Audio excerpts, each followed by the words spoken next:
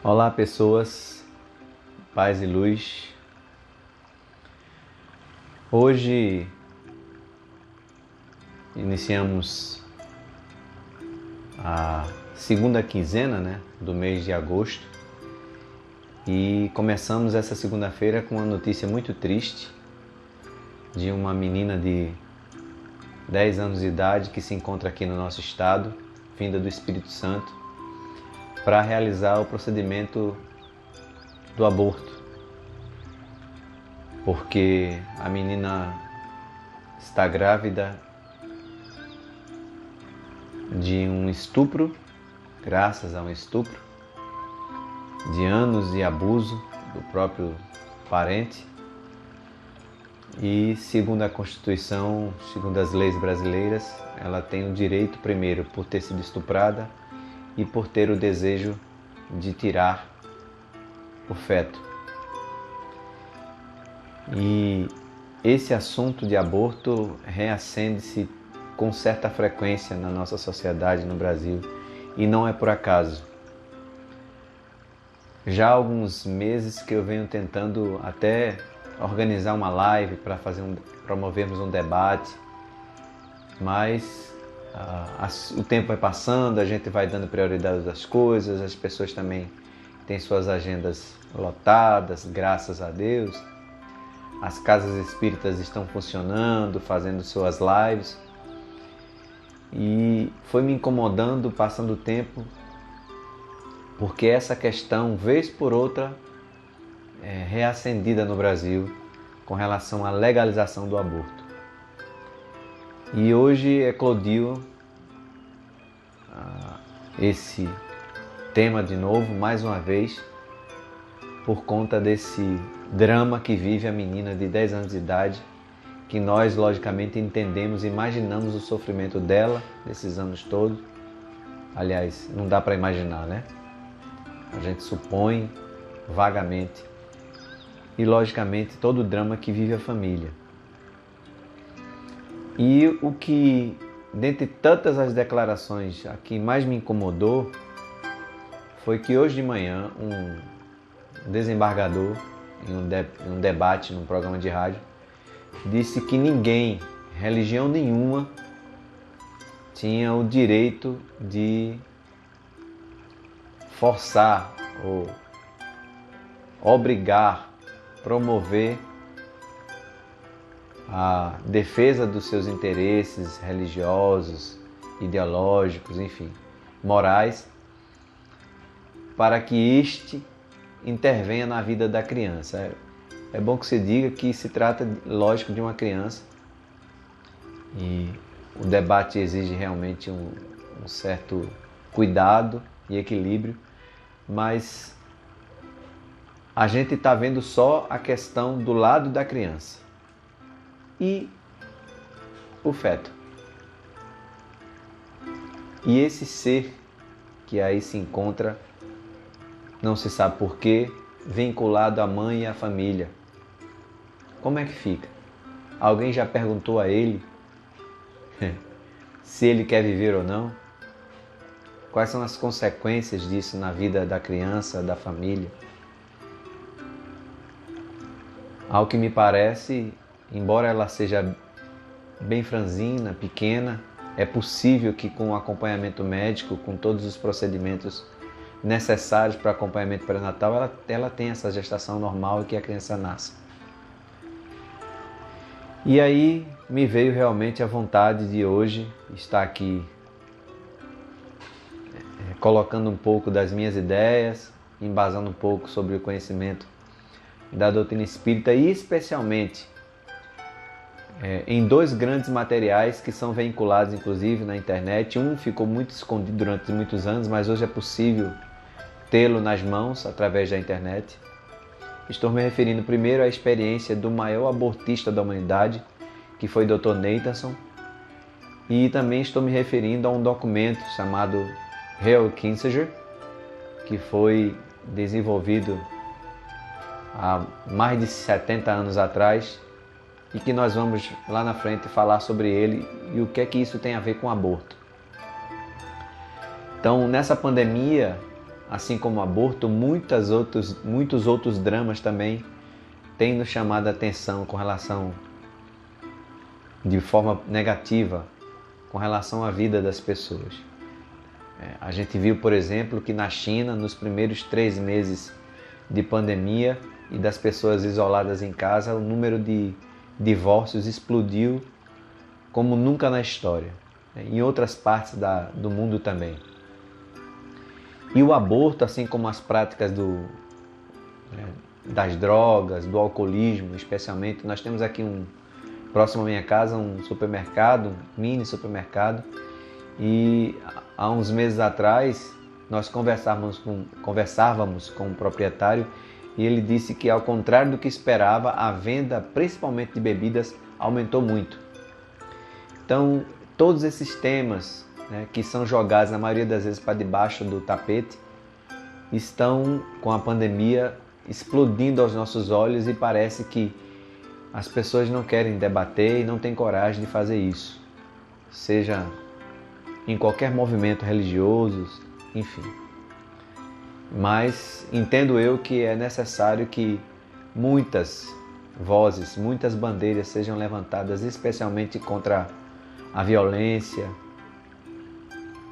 contra o aborto, contra as drogas, contra todas essas chagas que têm destruído as nossas vidas, a vida na Terra. E aí eu me recordo, a gente começa recordando de uma frase muito interessante, que inclusive é de um autor que ironicamente ajudou a matar centenas de milhares de pessoas, de seres. E Dr. Nathan disse o seguinte: o feto é um ser humano igual a qualquer um de nós, é parte integrante da comunidade humana. Para falar sobre Dr. Nathanson e contextualizar de forma mais clara o que a gente pretende aqui discutir e levar como informação, a gente precisa voltar no tempo, lá nos Estados Unidos, no ano de 69. Em 1969 foi fundada a chamada LNDA, traduzido para o português, logicamente, que é a Liga Nacional de Defesa do Aborto. Essa foi uma instituição que foi registrada e reconhecida nos Estados Unidos como legal e lhe deu poderes jurídicos, inclusive, de praticar o aborto abertamente, sem nenhuma questão de valor moral ou religioso ou jurídico. No ano seguinte, em 70, nasceu por força da tecnologia, o que a gente chama de fetologia, com os recursos tecnológicos. E dentre esses recursos, uma máquina revolucionária surgia, e foi o ultrassom.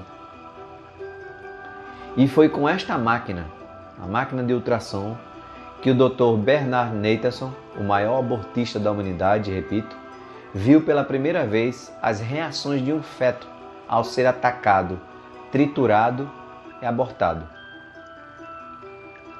A gente volta para o ano de 63, um pouco mais, 10 anos mais ou menos, um pouco mais, dessa situação, do nascimento da fetologia, do surgimento da Liga Nacional de Defesa do Aborto. Em 1963, as estatísticas apontavam, inclusive esses dados foram dados pelo próprio Dr. Nathanson e a rede de hospitais que administravam o aborto nos Estados Unidos. Em 63, 100 mil abortos ilegais eram praticados nos Estados Unidos. 10 anos depois, em 73, os Estados Unidos, que já havia legalizado a prática do aborto, o número pulou para 750 mil por ano. Em 1983, mais 10 anos depois, eram cerca de 1,5 milhões de abortos ilegais nos Estados Unidos. Ou seja, 1,5 milhão de espíritos eram impedidos de nascer no território norte-americano. Como disse, esses dados foram cedidos posteriormente por Dr. Nathanson e toda a sua equipe, de uma rede imensa de hospitais que ele, junto com outros médicos e clínicas de aborto, registravam em seus livros. E contra a indústria do aborto, a gente tem que se recordar, tem um dado muito interessante sobre essa conta, na verdade, da indústria do aborto, que na verdade é uma indústria. Diz que na época, o próprio Nathanson falou, que cada aborto custava cerca de 300 a 400 dólares. Um aborto, 300 a 400 dólares.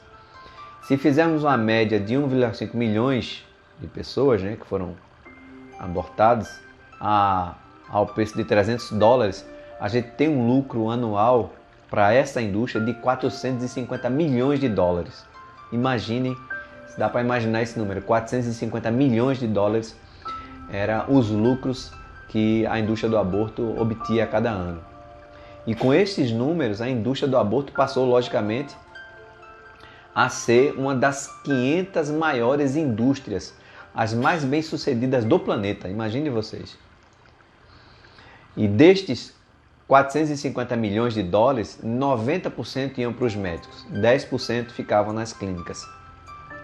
No caso do Dr. Nathanson, a gente deduz que era 100% desse valor ia para as suas clínicas e hospitais. Era totalmente seu, 100%. E dos médicos, ele se tornou um dos mais ricos do mundo. Até que ele assistiu com a sua enfermeira a cena em tempo real de um aborto. É bom recordar que até 70, como nós falamos, não existia a máquina de ultrassom. Então tudo era feito, logicamente, sem que o Dr. Nathan, sem qualquer pessoa pudesse ver como acontecia o aborto dentro da barriga da mãe. E aí, a partir da máquina de ultrassom, ele levou, logicamente tinha dinheiro para isso, e suponho que a máquina fosse muito cara, apesar de ser uma máquina muito comum hoje em qualquer hospital pequeno, mas na época nos Estados Unidos era muito cara e ele tinha dinheiro para comprar e resolveu filmar, ver como é que acontecia a atitude que ele tomava diante daquilo que era um feto, que inclusive para ele e para muitos até hoje não tem vida, não tem uma relação espiritual, é só um pedaço de carne que a mulher abortou, que a mulher gerou e que tem o direito de tirar. Então quando o Dr. Nathanson filma, junto com a sua enfermeira, a cena, ele foi tomado de horror e nunca mais abortou. Pelo contrário, ele virou a maior bandeira em defesa da vida do mundo. Inclusive, existe um documentário que nós podemos encontrar, sugiro que vocês procurem na internet, no YouTube tem. Sugiro inclusive que os adultos assistam sozinhos, os adolescentes até que não acho importante e não acho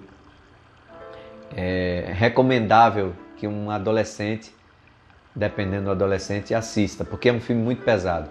O filme se chama O Grito Silencioso. É justamente a cena do aborto produzido por Dr. Nathanson. Esse filme é possível ver e ele conta isso. O filme é ele próprio, ele dá, como se diz, dá a cara a tapa e ele mesmo começa a contar como é o processo do aborto. Ele mostra os instrumentos, tudo que é usado. E aí, por que o grito silencioso? Porque mostra justamente quando ele vai empurrando, no canal vaginal da mulher. O bebê está lá, me parece que com quase 4 meses, chupando o dedo, quietinho no canto da mãe, e de repente ele percebe que algo estranho está acontecendo. Justamente o Dr. Nathanson introduzindo no colo vaginal o instrumento que irá triturar a vida. E aí percebe-se na cena que o bebê começa a se encolher, a procurar a parte de cima do ventre da mãe, e aí ele abre a boca como se fosse dar um grito. E é um grito, justamente o grito silencioso, que ele não consegue gritar, se defender. Essa cena ficou marcada na cabeça do Dr. Nathanson e da sua, logicamente, assistente. E a partir daí ele nunca mais teve coragem de fazer aquilo que ele vinha fazendo e ganhando muito dinheiro para isso. A história do Dr. Nathanson é muito interessante e vale a pena que conhecemos. E a começar por esse filme, O Grito Silencioso, que está lá no YouTube. Assim como o Dr. Nathanson, né, viu o feto dando o grito, imaginemos agora como espírita que somos, que acreditamos na reencarnação, o desespero daquele espírito reencarnante diante da morte. Imagine vocês, imagine cada um de nós, imagine um filho nosso dentro da barriga sem poder se defender, vendo um instrumento cortante ir lá e triturá-lo em pedaços e não poder fazer nada. Imagine. Dá para imaginar? Se essa cena pudesse ser difundida dentro das nossas cabeças, provavelmente a maioria dos abortos não aconteceriam. Pelo menos seria evitado boa parte deles. Porque a gente sabe que o espírito vê tudo, sente tudo. É morto sem poder se defender. Há um assassinato ali da pior espécie, porque você está assassinando alguém que não tem condições de se defender. Quando o pai ou a mãe, ou os dois, pensam em abortar, o espírito fica logo sabendo. É o primeiro a saber, na verdade. Há uma ligação que não é só física, mas psíquica. A psicologia, a psiquiatria explica-nos como as crianças registram essas lembranças, felizes ou não, durante o seu período fetal. Todos nós já sabemos disso. Qualquer livro de psicologia nos aponta essa questão. As crianças, todo o tratamento que é recebido no feto, música, livros, tudo que é feito durante esse período gestacional e nos primeiros anos de sua vida são registrados para o resto e tornam-se, na verdade, uma base de consequência positiva ou não para a vida do ser humano. Há estudos, inclusive na doutrina espírita, que apontam que quando o feto é amigo da mãe, a maternidade é uma coisa maravilhosa. Há uma tranquilidade, uma alegria, uma paz muito grande.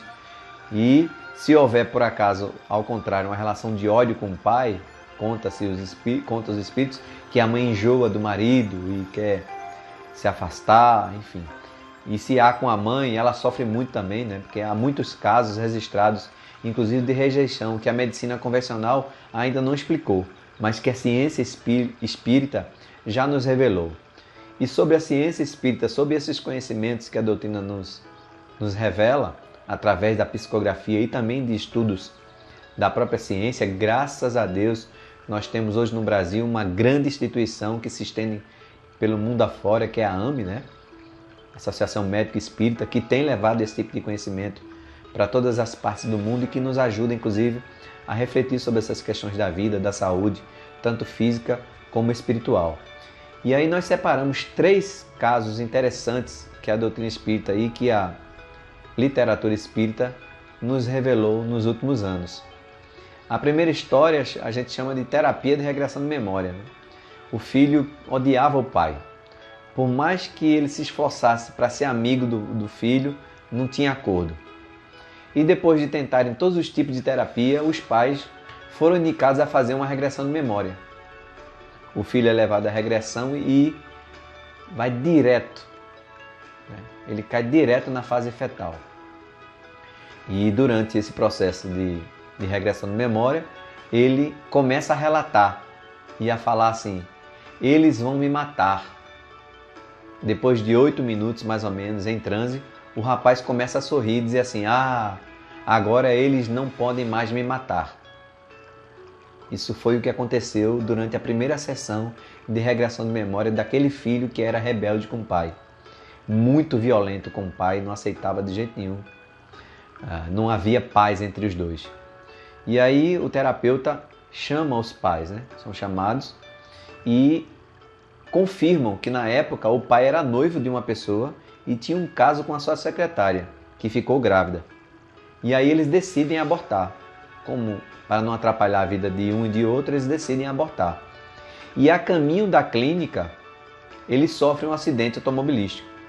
O homem sofre forte pancada nos testículos, né?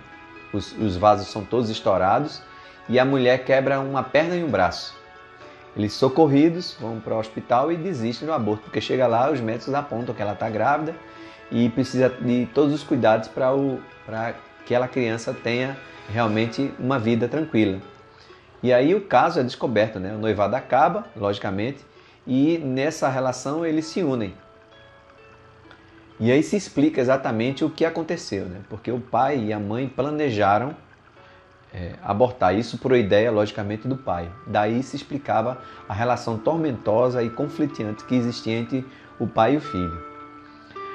A segunda história aconteceu no tratamento de desobsessão, né? Um rapaz muito rico engravida uma jovem negra, filha da empregada de sua casa. A mãe do rapaz descobre e se desespera diante do que a High Society poderia dizer, né? Poderia pensar do filho dela que tinha engravidado uma serviçal, como uma negrinha qualquer, né? Como é que pode uma negrinha, assim disse ela, poderia se tornar sua nora, né? E herdeira de uma fortuna? Ser avó de um neto bastardo, imagine. Isso inclusive são frases da própria avó da criança, né? E aí, a mãe do rapaz, ela leva a moça para uma clínica sem que a moça soubesse. Ela passa por um processo abortivo e meses depois o rapaz fica doente da coluna sem nenhum diagnóstico científico. Aí, de tanto pesquisarem, de tanto procurarem médicos e nada de resultado, o rapaz só piorava, uma pessoa indica a mãe dele para levá-la a um centro espírita. E ela, logicamente, se nega, dizendo que não ia frequentar um lugar como esse, né? Como se o centro espírita fosse um lugar de gentinha. E o filho só piorando. Então, vendo o sofrimento do filho, ela é vencida e o rapaz é levado ao tratamento espiritual. Durante o passe, o médium escuta a entidade dizer: aborto, aborto. E aí a mãe é chamada ao centro e o médium diz algumas verdades, especialmente sobre o respeito com a casa espírita. E o rapaz é tratado e o espírito que iria nascer, que era seu filho, foi encaminhado a um novo planejamento reencarnatório. O filho que a mãe abortou estava ligado ao rapaz, fazendo ele sofrer, inclusive ter problemas graves de saúde. Então, durante o tratamento no centro, o rapaz, né, que também não tinha culpa, mas havia uma relação mais fragilizada em torno dele, e aí houve um tratamento, um longo tratamento, e o rapaz recuperou a saúde e o espírito que viria como seu filho foi encaminhado para um novo planejamento reencarnatório. A terceira história a gente retirou de Humberto de Campos, que ele relata que há um caso de uma mulher que abortou o mesmo espírito em 3 encarnações seguidas. E em cada encarnação o espírito tentou reencarnar com um filho, pois eles tinham um compromisso. Entre eles havia um compromisso muito grande, principalmente dele com a mulher. E na sua última encarnação ela abortou nada mais nada menos que 5 vezes. O espírito aí então ficou grudado no campo vibracional da mulher. E ela desencarna de uma hemorragia que não conseguiu curar. Ao desencarnar, o espírito se aloja no perispírito dela e os dois passam por um período de profundos sofrimentos, alimentados pelo ódio, pelo egoísmo e pelo rancor. E aí, decidem planejar uma vida futura juntos. Eles nascem chifópagos. É bom recordar para aqueles que desatentos, a chifopagia é um dos grandes casos especiais de reencarnação entre 2 almas que se odeiam bastante, né? Eles são ligados por partes do corpo, né? A gente vê muito fetos que nascem com os cérebros ligados, com o abdômen ligados, enfim. Esse é um estágio muito grande e a gente percebe aí que há um processo de dor e de sofrimento, de perseguição muito grande entre esses espíritos que são ligados. Eles tentaram tanto se matar um ao outro e mataram-se tanto que agora eles dividem o mesmo corpo para que possam se amar, começar a se amar a partir da própria experiência corporal. E esse caso, o Dr. Humberto de Campos conta sobre um dos grandes e inúmeros casos de chifopagia que nós conhecemos, não só dentro da doutrina espírita, nos relatos, mas também no dia a dia. A gente vê muito isso. Eu mesmo vejo sempre relatos de cirurgias que acontecem na Índia, né? Tem muita caso de chifopagia na Índia, porque não sabemos e também não nos interessa. Então são casos que a medicina natural, né, a medicina material, não consegue explicar, mas que a doutrina espírita doutrina espírita explica sim. E nós que somos espíritas, é aí que eu quero contrapor a fala do que eu vi hoje no desembargador. A gente precisa, quanto espírita, principalmente, se posicionar, né? E aí tentar explicar que o aborto é um crime, né? Não é só uma questão de legislação atual, né? Mas de compromisso humanitário, né? O Espiritismo nos orienta a influenciar para o bem, para a esperança, né? De um futuro melhor. O que parece hoje um sofrimento para essa menina, é possível que amanhã ela encontre no seu filho. Isso eu acho que nesse caso não vai acontecer, porque ela está aqui em Recife a justiça já determinou que ela aborte, mas para que outros casos não venham a acontecer. Eu fui voluntário, fiz muita palestra, inclusive na região metropolitana do Recife, porque eu estava vinculado a algumas pessoas que faziam parte de um grupo muito interessante chamado AJA, Associação Jamais Abortar. E nós conhecemos casos, inclusive teve um caso muito interessante que eu conheci em Olinda, de uma menina do mesma história. Ela havia ficado grávida, inclusive era virgem, foi estuprada e ficou grávida do estupro. E toda a comunidade de Olinda, onde ela morava, todo mundo, conselho tutelar, todo mundo estava aconselhando, como estão aconselhando hoje, esses grupos aí estão aconselhando essa menina a abortar. E o AJA ficou sabendo dessa história e foi lá, acompanhou, né? Muita gente do movimento espírita também foi lá, disse a ela, conversou com a mãe, disse que se ela não quisesse criar a criança e seria encaminhado para adoção, que ela não cometesse aquele crime, que ela estaria matando uma pessoa, enfim, todos os argumentos que nós conhecemos, até aqueles que são mais duros e ríspidos, sabem que dentro de si isso é um crime, né? É um assassinato. Então todos os argumentos foram levados em consideração e graças a Deus, graças ao trabalho da associação e do movimento espírita que ficou perto dela, deu toda a assistência, né? A menina era muito pobre, a mãe dela também, viviam sérias dificuldades, enfim. E aí ela foi encaminhada para o pré-natal, as pessoas acompanhavam ela e ela foi ganhando gosto pelaquilo, foi tendo amor e, por incrível que pareça, quando o menino nasceu, que a equipe foi lá para dizer a ela, nós vamos levar agora ele para adoção. Eles não deixaram, nem a mãe, elas não deixaram, nem a mãe, nem a avó. E pelas notícias que a gente tem, formam uma família muito interessante. Eu me lembro, inclusive, que nessa época, Divaldo estava aqui fazendo uma série de palestras e entrevistas nas rádios. Ele foi na Rádio Globo, me recordo, inclusive, e falava muito sobre essa questão. E ele dizia sempre, né, que nosso dever é de lutar sempre pela vida, é matar nunca. E a gente sabe que apesar do drama que é ser mãe num momento desse e de não planejado, né, é realmente muito difícil. Sim, principalmente para crianças e jovens, né? A gente acaba... Eu sou professor e falo muito para os meus alunos, olha, beijar na boca, a gente brinca, né? Beijar na boca é muito bom, né? Agarra, abraça, sai, curte bem o namoro, mas relacionamento sexual irresponsável, que pode gerar uma vida, é muito complicado. E infelizmente a gente vê ainda muitas meninas, muitas adolescentes que interrompem inclusive o ensino fundamental para se tornar dona de casa, e às vezes dona de casa sozinha. Nós acompanhamos muitos casos, né, como esse, né? Tanto na escola como, né, a gente vê isso diretamente dos noticiários, né? E por mais que a gente tente, né, orientar, falar isso na escola, no dia a dia, a gente vê muita gente que realmente consegue ser pessimista, dizer que a vida da pessoa está destruída, né, e que não há mais perspectiva, né? Quando a gente encontrar, eu sempre digo isso, quando a gente encontrar um pessimista, é melhor se afastar. Numa hora difícil como esta, né, a gente precisa levantar a esperança, levar otimismo, alegria, né? Como fazia a AJA, como fazia o Movimento Espírita e a Associação Jamais Abortar quando sabia de casos como esse, né? É levar otimismo, levar alegria, levar esperança, né?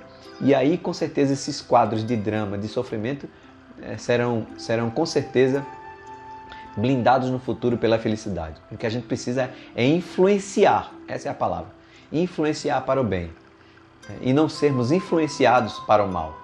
Infelizmente hoje a gente é muito influenciado para o mal, mas não consegue influenciar para o bem. E sobre influenciar, né, para o bem e ser influenciado para o mal, há uma história muito interessante, né? Um amigo chegou na casa do outro e encontrou diante do aquário seu amigo, né, fazendo gestos. Né? Tava lá um aquário imenso, um peixinho dentro, lógico, e aí o dono da casa baixava a cabeça, o peixinho baixava. Ele levantava a cabeça, o peixinho subia. Ele ia para um lado, ia para o outro, e o peixinho seguia os movimentos. E aí o visitante, né, o amigo visitante, olhou assim: o que é que você está fazendo, rapaz? O que é isso? Como é que você consegue fazer isso? Como é que o peixe consegue reproduzir esse movimento? E aí o dono da casa, um amigo que estava adestrando o peixe, disse assim: mente forte domina mente fraca, e apontou para o peixe. Isso frequentemente acontece nas relações humanas, né? Tem gente que é tão pessimista, tão desequilibrada psiquicamente que a gente não vê, que não tem como ficar pior diante de uma situação como essa. E aí conta a história, né, que esse visitante foi fazer esse teste em casa. E aí o rapaz, o primeiro amigo que estava adestrando e o peixinho seguindo as suas orientações, visitou, foi fazer uma visita, né, retribuir a visita. Quando chegou lá, que abriu a porta da casa do amigo, o amigo estava assim, ó. Parece uma piada, lógico, né? Não sei se vocês entenderam, mas ao invés o homem influenciar o peixe tinha influenciado ele. Ou seja, a mente fraca não era do ser humano. Era do ser humano, não era do peixe. Então a gente vê isso muito, né? Muitas pessoas são influenciadas por mentes muito pequenas, né? E essas mentes pequenas são privilegiadas especialmente com relação à alimentação do pessimismo, né? E aí essas pessoas, a gente precisa ficar bem longe delas, né? E, inclusive, a gente ter consciência de que, por exemplo, quando a gente não tem condições, né, psicológicas, físicas, de visitar uma determinada pessoa que esteja passando por qualquer problema, é bom que a gente fique na nossa casa realmente e ore. Né? Tem um caso muito interessante que aconteceu, essas coisas vêm me recordando na cabeça, né? Vem alguns casos, algumas histórias. Há uns anos atrás, a minha irmã, Amanda Macassula, eu posso falar o nome dela porque essa história virou inclusive aprendizado para ela.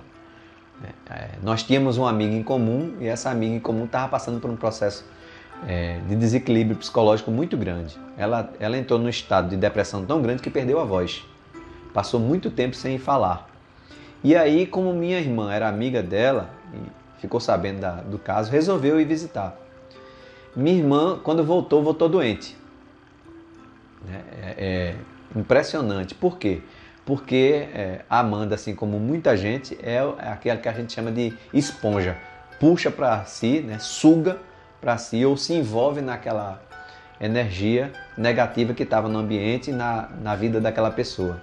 Então, se a gente não tem condições, né, de influenciar um peixinho que seja, ou visitar um doente, é bom que a gente se previna, se distancie tanto dessas situações difíceis, como também, principalmente, de pessoas que frequentemente, inclusive nas redes sociais, hoje em dia, influenciam para o mal e para o negativo, para o desespero, dissimulam, né, aquilo que seria fácil para o desespero e para o crime, inclusive, como está acontecendo hoje em dia.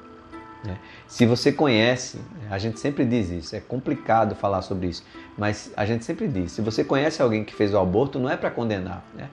A gente tem que erguê-la, né, com otimismo, né? Não é para deprimir, não é para crucificar, né? Pelo contrário, diga que ela vai refazer sua vida, que ela vai ter a dignidade. Divaldo sempre diz, né, com relação a esses casos, ela pode não ter um marido, mas ela vai ter um companheiro que vai blindá-la no futuro, com uma felicidade que ela nem podia imaginar. Então, esse ato de esperança, né, de fé que a gente tem que levar às pessoas. O momento é difícil, é complicado, mas a gente, é importante, né? Além da gente dar esse tipo de conselho, que a gente se envolva de fato. Não se envolva sozinho, pessoalmente, né, individualmente, mas que a gente possa encaminhar para uma rede e que possa ajudá-la, se a gente não faz parte. Infelizmente, né, o serviço do AJA praticamente acabou, né, mas o movimento espírita está aí, né, o movimento católico que está, inclusive, ajudando nesse processo de pressionar o Ministério Público para não permitir, enfim, está aí. Então, as instituições, as pessoas sozinhas, elas estão isoladas, não podem fazer muito. Mas quando a gente se junta em torno de um ideal desse, de defender a vida, que é esse o ideal mesmo, é a defesa da vida, as coisas podem, logicamente, se tornar mais leve, principalmente para aquelas crianças que são estupradas, adolescentes que ficam grávidas, mesmo sem planejamento. Então mostrar sempre dignidade e lembrar sempre das palavras do Cristo, né? O amor cobre uma multidão de pecados. Todos nós temos que fazer um esforço para não cairmos nesse tipo de sofrimento. E se cairmos, fazer um esforço para seguir em frente. Caiu, porque quando a gente cai, né, que a gente caia, não caia para trás, caia para frente, para que a gente possa dar um passo mais adiante e perceba que o tempo não foi perdido quando a gente caiu. Retificamos sempre a ideia de que não existe um erro irreparável. Embora muitas pessoas dizem que os crimes que a gente comete na Terra, inclusive isso dentro do próprio movimento, há quem diga que há erros irreparáveis, né? Não pode haver nem nada em absoluto nesse sentido, né? Nas leis de Deus, né? que não mereça de forma alguma a reparação. Aliás, nas leis divinas não há punição, não há correção. Nós não somos os fracassados como muitos pensam ou querem que a gente pense. Aliás, a diferença entre o fracassado e o vencedor é contrária à vitória. Fracasso é um evento que passamos por ele. O vencedor caiu muitas vezes na vida, né? Mas não houve queda que o deixasse no chão.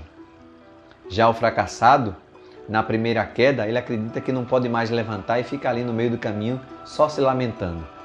Essas quedas na vida das pessoas não podem, de forma alguma, ser uma queda para trás, mas que seja uma queda para frente e que aponte para um caminho de felicidade. Porque, na verdade, a gente lembra sempre, né? Qual é o lema do Espiritismo? Qual será o lema do Espiritismo? É ser feliz, ter consciência de que estamos passando por essa vida num processo de aprendizagem. E a gente precisa passar, precisa servir, precisa continuar, precisa crescer. Servir e passar talvez sejam esses os dois grandes verbos num processo de vida espiritual que nós estamos traçando aqui na Terra. Porque eu disse no começo, né, que a gente sempre conversa sobre esses temas. Dentro das nossas rodas de amigos, às vezes a gente tem uma certa barreira, um preconceito com relação a esse tipo de tema, mas vez por outra, observem, vez por outra, de forma geral, esse tema aparece na televisão, nas redes sociais, vira reportagem. E a gente não se pergunta por que esse tipo de tema sempre aparece como tema de debate no nosso país. E por que será que existe um desejo de legalizar o aborto no Brasil? Desta feita, o tema voltou, inclusive à tona, após o Supremo Tribunal Federal sinalizar com a descriminalização de casos de gravidez infectadas pelo Zika vírus. Não sei se vocês se recordam. O Supremo disse que aquelas crianças que nasceram, estavam condenadas pelo processo do Zika vírus, poderiam ser abortadas. O lamentável é que ficamos indiferentes a tudo isso, como se não tivéssemos nada a ver com isso. E nós temos tudo a ver com isso. O grande problema do mundo é que não se trata de um lugar ruim onde a gente vive. E que os maus são audaciosos e os bons são tímidos. Observem. Há uma frase muito interessante, que eu não me recordo quem é o autor, eu vi muitas versões sobre essa frase e muitos autores sobre ela. Então, mais ou menos todos nós conhecemos, que ela diz assim: é na omissão dos bons que os maus prosperam. A gente tem um modelo de cristão cordeiro, na verdade. Observem, Jesus foi o Cordeiro de Deus que foi sacrificado. E isso ficou, sabe, no DNA da gente. Isso é um arquétipo que a gente carrega enquanto cristão. E esse exemplo de cristão que todas as religiões, inclusive, defendem. Todas as religiões impõem aos seus seguidores. Os cristãos que seguiam Jesus não eram ovelhas. Os cristãos que entravam nas arenas como Daniel, na cova, não eram covardes, eram destemidos, eram valentes. Os romanos gritavam horrores e os cristãos cantavam. Está lá no Evangelho. Não havia aquela ovelha que ia ser abatida, jogada, sem fé, sem esperança. Eles gritavam, cantavam. Os cristãos das religiões confundem sempre, eu sempre digo isso, humilhação com humildação. Temos que ter coragem de denunciar, de encarar as maldades contra a humanidade e contra a vida. A covardia não é uma atitude humana. Longe disso. Se acontecer a libertação ou se acontecer a liberação do aborto no Brasil, todos nós, seremos cúmplices do nascimento de uma indústria da morte, como aconteceu nos Estados Unidos nos anos 70. E esse interesse não é de hoje, minha gente. E não é só do Brasil. E aí a gente entra, deixando um pouco para trás essa leitura espírita e, inicialmente, da experiência do Dr. Nathanson, e a gente entra agora justamente naquele relatório que eu falei no início, que é o relatório Kissinger. A gente precisa fazer uma pequena linha do tempo, sobre isso. Em 64, aliás, entre 64 e 79, as discussões públicas sobre o assunto eram muito escassas. Falar sobre aborto nos Estados Unidos, em qualquer parte do mundo, era muito raro, e inclusive cheia de pudores. No âmbito da sociedade civil, a discussão sobre a questão do aborto ainda era restrita, não havendo inclusive segmentos da sociedade civil dedicados à direita, direta ou indiretamente, publicamente ou não, a favor ou contra esse tema. O relatório Kissinger, que é chamado de NSSM 200, de 1974, ele fala sobre as implicações do crescimento da população mundial para a segurança e os interesses externos dos Estados Unidos. Observem isso. Classificado como confidencial e liberado em 89 pela Casa Branca. Esse relatório foi enviado para 13 embaixadas de países do terceiro mundo, especialmente o Brasil. Em 74, um estudo do secretário do governo do presidente dos Estados Unidos, Richard Nixon, e em seguida de Gerald Ford, que era justamente Henry Kissinger, doutor em economia, apontava que nosso país não poderia chegar a 200 milhões de habitantes no ano 2000. Pare para pensar nesse detalhe agora. Kissinger, lá na década 70 anos atrás, ele descobriu, através de estudo da economia, que o Brasil não poderia, de forma alguma, nos anos 2000, ter 200 milhões de habitantes. Eu pergunto a vocês agora, ele conseguiu ou não esse estudo para barrar o crescimento populacional do Brasil? Aconteceu de fato e eles conseguiram, sim. Porque recentemente é que nós chegamos à cifra de 200 milhões de habitantes. Ele dizia que no ano 2000 o Brasil não poderia ter 200 milhões de habitantes. E aí nós vamos explicar o que é que isso tem a ver com aborto. Segundo esse mesmo estudo, se a população brasileira chegasse a este patamar, ameaçaria a soberania dos Estados Unidos. O Brasil teria o maior parque industrial das Américas, o que colocaria em crise as ações econômicas dos Estados Unidos. Foi um projeto muito bem pensado, infiltrando-se inclusive nas políticas de planejamento familiar no Brasil. Começaram inclusive distribuindo toneladas de DIUs, especialmente nas regiões mais pobres.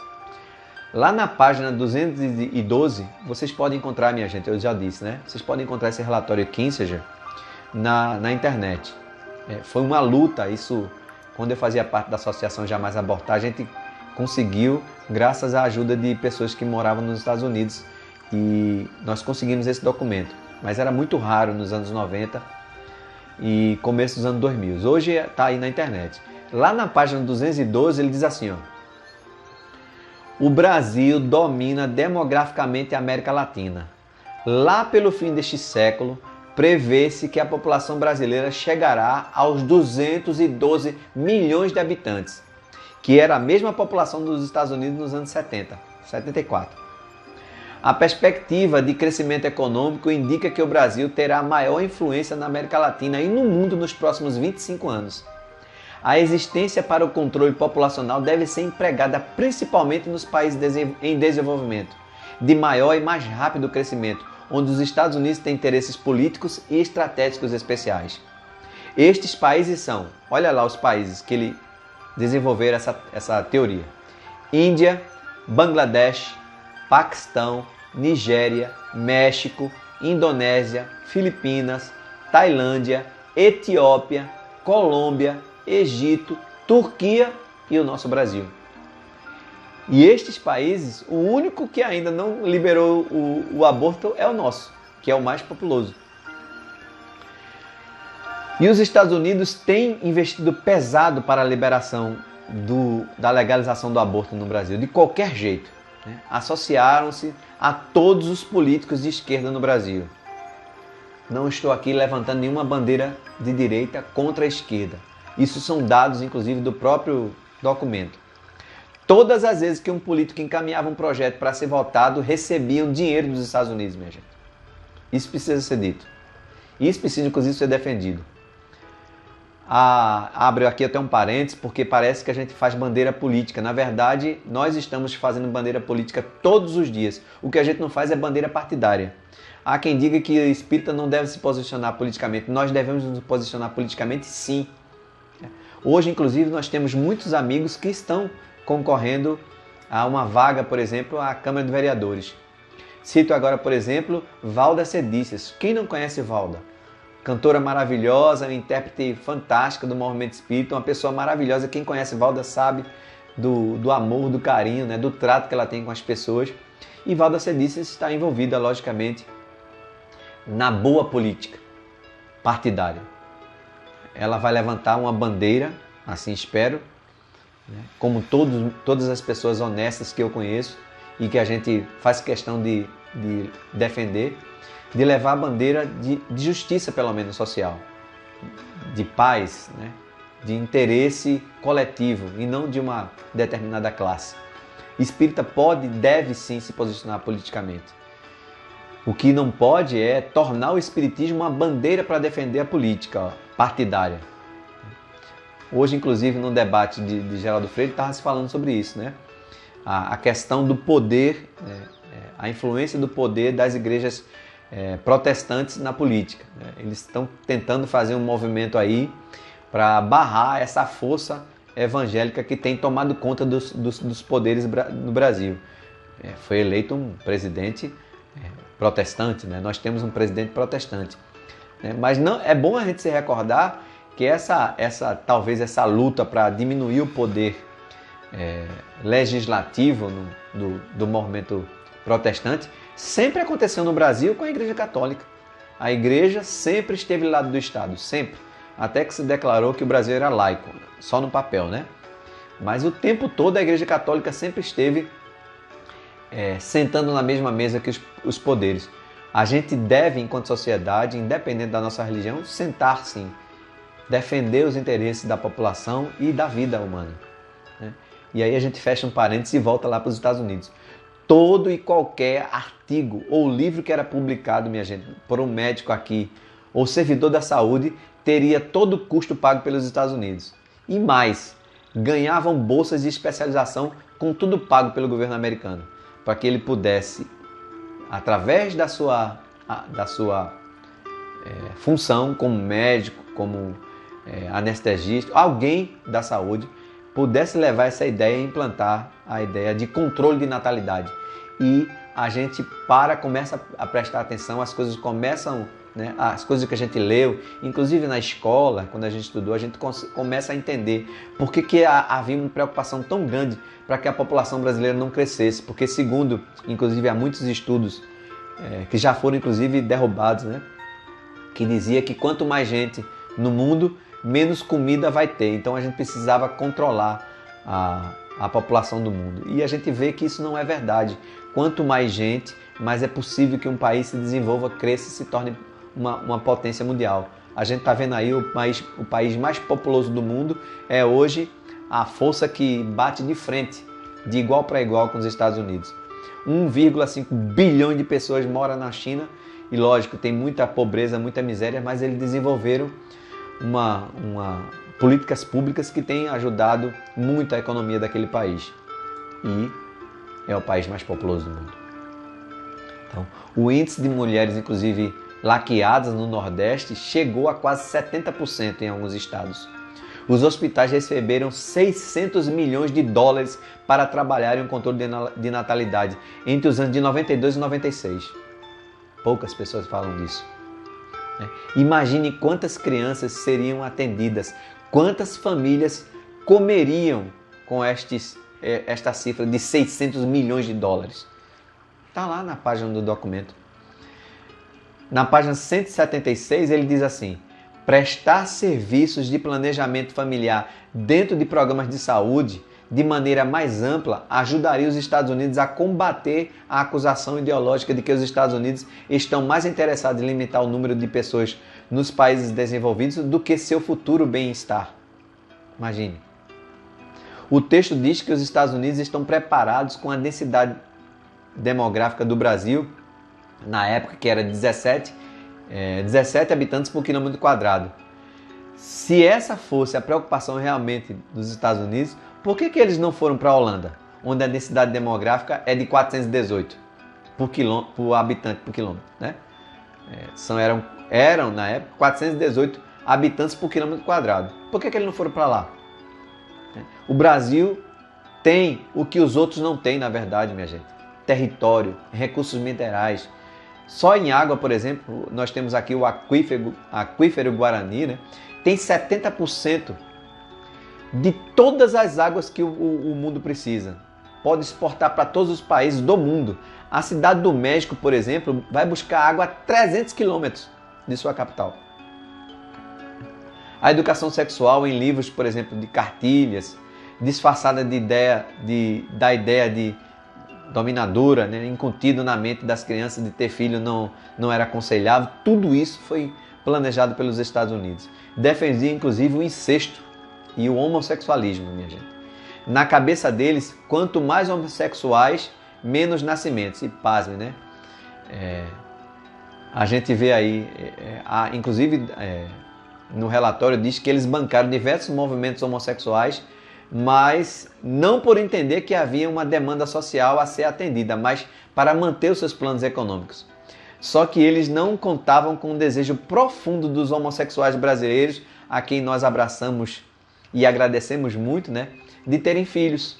Nós estamos assistindo aí com certa frequência, né, tanto famosos quanto anônimos que vivem a sua homossexualidade estão juntos aí tendo filhos, né, e estão cuidando deles, amando, como muitos poucos héteros fazem. É bom que se diga isso. Diz o relatório, inclusive, sobre o incesto. O incesto é ainda considerado um tabu em diversas sociedades do mundo. É preciso deixar claro que o tabu também se alimenta de crenças irracionais e por isso mesmo torna-se passível de mudanças, quando essas crenças começam a ser trabalhadas em um determinado grupo. Não sou eu que estou dizendo essas palavras, minha gente. Eu só estou lendo aqui para vocês o que está lá no relatório de Kissinger. É isso que tem numa cartilha de orientação sexual para crianças, que surgiu lá nos anos 90. A gente está vendo esse debate agora aí, porque um determinado partido começou a pensar em liberar algumas cartilhas. Mas essa história existe desde os anos 90. Está lá em Brasília até hoje, inclusive. Inclusive, a gente repete, né? Quiseram reeditá-la, ressuscitá-la. A condição e a utilização das mulheres em todas as sociedades dos países subdesenvolvidos são particularmente muito importantes na redução da família, dizia o relatório. E mais, lá na página 59, poder-se-á exercer pressão não apenas para conseguir que se proporcione educação sexual ou de vida familiar nas escolas e programas de desenvolvimento comunal, mas também para a revisão de todas as leis que estejam em conflito com o planejamento familiar ou com os programas de população do governo. Tá lá. São falas muito fortes, tá lá no documento.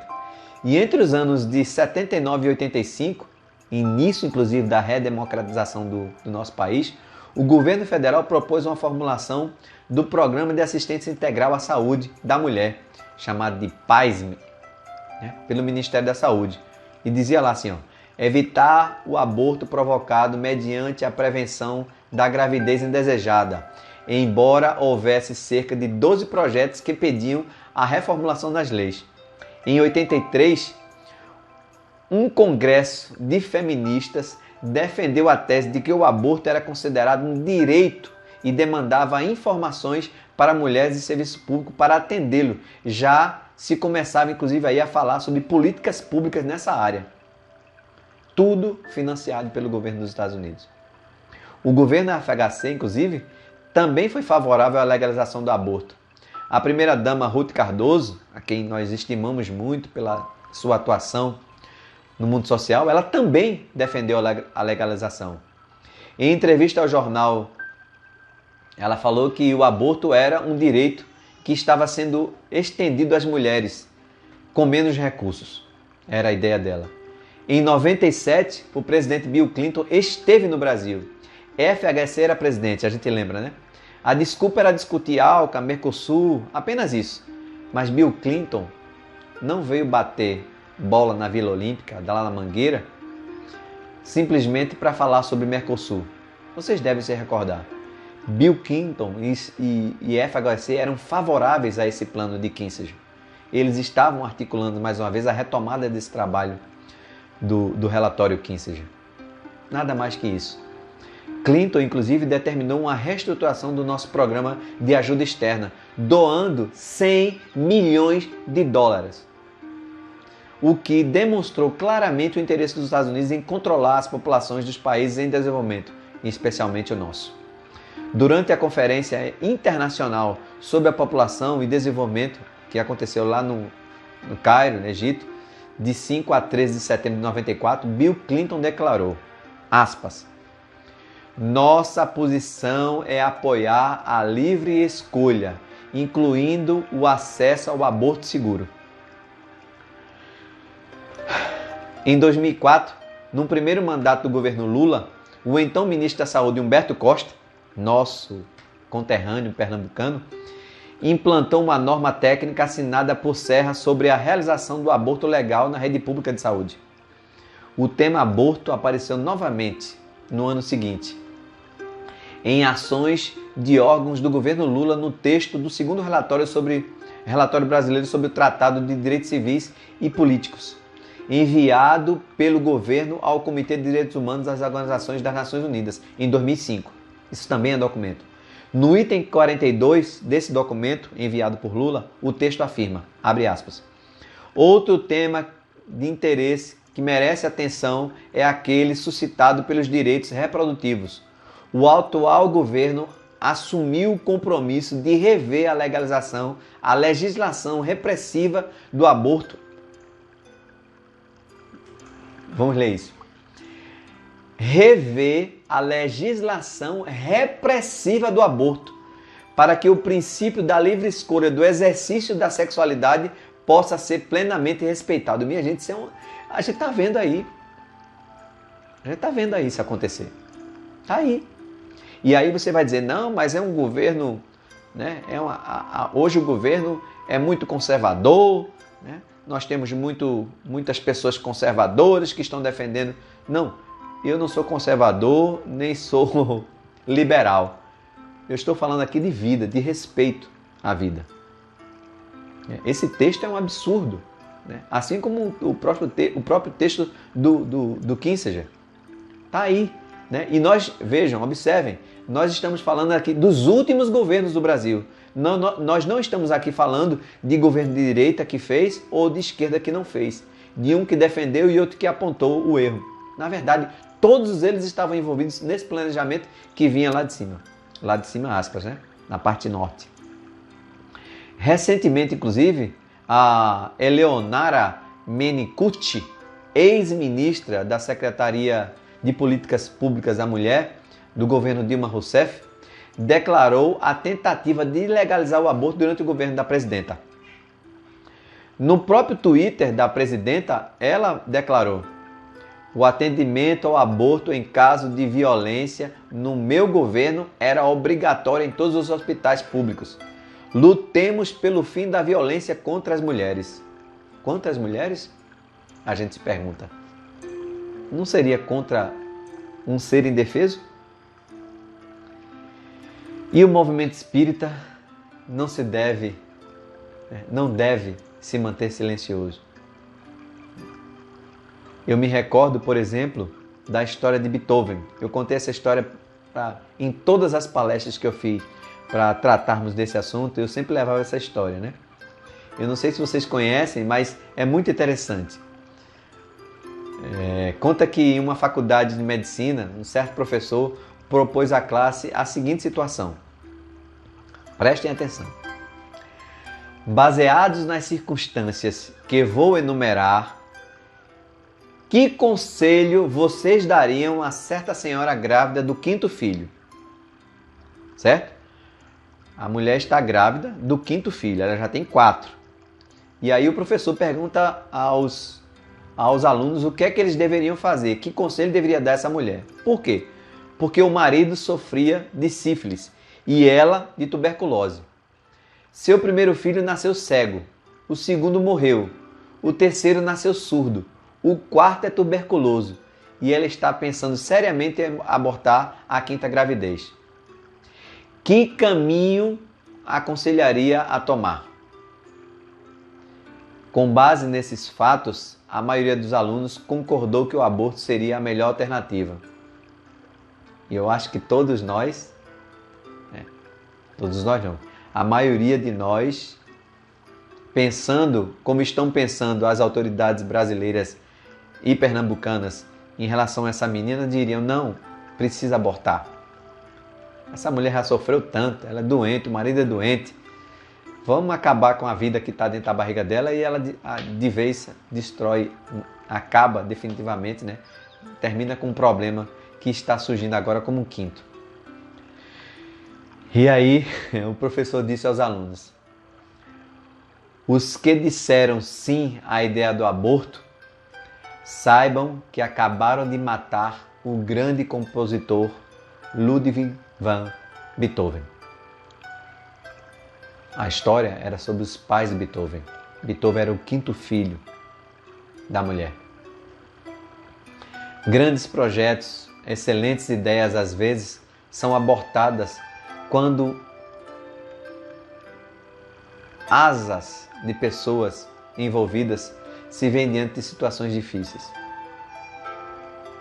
Tudo para ser bem feito leva tempo, minha gente, e exige perseverança, tenacidade, entusiasmo. Não será, assim espero, que situações pontuais como esta sejam motivos para reacender essa questão do aborto no Brasil, de legalização do aborto. Estamos aqui falando em nome de todos aqueles que Dr. Neiterson matou, da própria vida dedicada do Dr. Neiterson depois da situação que ele próprio presenciou, de todas as pessoas que tiveram, todos os espíritos que tiveram seus direitos retirados de viver, de todas as legalizações que foram tomadas a partir de documentos escusos, interesses sociais e econômicos das potências mundiais, da covardia de muitos que estão envolvidos em projetos políticos e principalmente da omissão e do silêncio de muitos que se dizem defensores da vida. É preciso que a gente, de fato, comece a discutir, a debater isso nas escolas, isso dentro das nossas instituições religiosas, sem nenhum pragmatismo, sem nenhum vínculo de cunho moral religioso, mas de defesa de fato da vida. A fetologia avançou muito, a gente percebe hoje que todos os instrumentos, desde o primeiro, do 5º minuto da concepção, é possível acompanhar o desenvolvimento de um ser. E não é porque nós somos espíritas que entendemos que ali existe uma vinculação de uma reencarnação, mas a gente vê, por exemplo, tantas pessoas defenderem animais, associação não sei o que de defesa dos animais, mas a gente não vê associação de defesa de um feto. Eu não conheço nenhuma associação que esteja nesse momento nas redes sociais, no Instagram, no Facebook, falando em defender um feto, mas defende a vida de um animal, com todo o respeito e carinho que merecem os nossos animais, nossos irmãos inclusive. Mas a vida humana, segundo a própria evolução espiritual, está acima de qualquer uma delas. Porque a vida humana deveria cuidar daquelas que estão em desenvolvimento, em processo de evolução até chegar a esse estado de humanidade que nós encontramos. E espero que encontrem uma humanidade bem melhor a partir de então. Então, esses debates, essas discussões devem sim ser multilaterais, multireligiosas, sem nenhum vínculo político partidário, mas de defesa da vida. O que a gente não pode, de forma alguma, é permitir que esse crime, o crime de matar, se torne legal, porque aí daqui a pouco a gente vai estar legalizando a eutanásia, daqui a pouco a gente vai estar com cadeira elétrica e a vida humana está bem abaixo, se tornará então bem inferior em importância da maioria dos seres vivos, animais e vegetais. E um país, uma nação, um planeta que deseja ser feliz e melhor, não deve usar de artifícios tão mesquinhos e pessoais para legalizar um crime contra a vida, principalmente. Pensemos nisso, minha gente. E paz e luz.